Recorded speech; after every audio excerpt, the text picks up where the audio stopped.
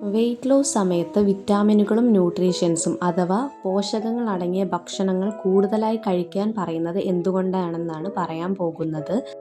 ഇതിൻ്റെ first reason എന്ന് പറയുന്നത് കലോറി കുറയ്ക്കുമ്പോഴും പോഷകങ്ങൾ കുറയാതിരിക്കാൻ. അതായത് സാധാരണയായിട്ട് വെയ്റ്റ് ലോസ് ചെയ്യുന്ന ആളുകൾ കലോറി കുറയ്ക്കും. കലോറി കുറയുമ്പോൾ ശരീരത്തിന് ആവശ്യമായിട്ടുള്ള വിറ്റാമിൻസും ന്യൂട്രീഷ്യൻസും മിനറൽസും ഒന്നും ലഭിക്കാതെ പോകാൻ സാധ്യതയുണ്ട്. സോ അതുകൊണ്ട് വിറ്റാമിൻസും ന്യൂട്രീഷ്യൻസും അടങ്ങിയ ഭക്ഷണങ്ങൾ ഡയറ്റിൽ ഉൾപ്പെടുത്താനായിട്ട് ശ്രദ്ധിക്കുക.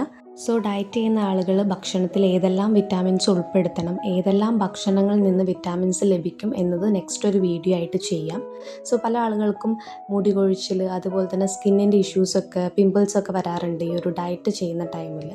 സോ അതിൻ്റെ റീസൺ എന്ന് പറയുന്നത് നമ്മൾ കാലോറി കുറയ്ക്കുമ്പോൾ അതിലുള്ള പോഷകങ്ങൾ, അതായത് ന്യൂട്രീഷ്യൻസും വിറ്റാമിൻസും ഒക്കെ കുറയും. അതുകൊണ്ടാണ് നമുക്ക് അങ്ങനത്തെ ഇഷ്യൂസ് വരുന്നത്. സോ ഡയറ്റ് ചെയ്യുന്ന ടൈമിൽ ഫാറ്റ് ലോസിനോടൊപ്പം, അതായത് കൊഴുപ്പ് കുറയുന്നതിനോടൊപ്പം നമുക്ക് ഈ ഹെയർ ലോസ്, അതുപോലെ തന്നെ സ്കിന്നിൻ്റെ ഇഷ്യൂസൊന്നും വരാതിരിക്കാൻ വേണ്ടിയിട്ട് നമുക്ക് ഡയറ്റിൽ ഇതുപോലെ വിറ്റാമിൻസും ന്യൂട്രീഷ്യൻസും അടങ്ങിയ ഭക്ഷണങ്ങൾ ഉൾപ്പെടുത്താവുന്നതാണ്. നെക്സ്റ്റ് എന്ന് പറയുന്നത് മസിൽ സംരക്ഷിക്കാനാണ്.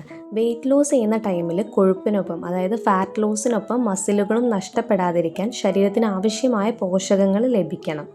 അതായത് പ്രത്യേകിച്ച് വിറ്റാമിൻ ബി, മഗ്നീഷ്യം, പൊട്ടാസ്യം എന്നിവയാണ് ഇതിന് സഹായിക്കുന്നത്.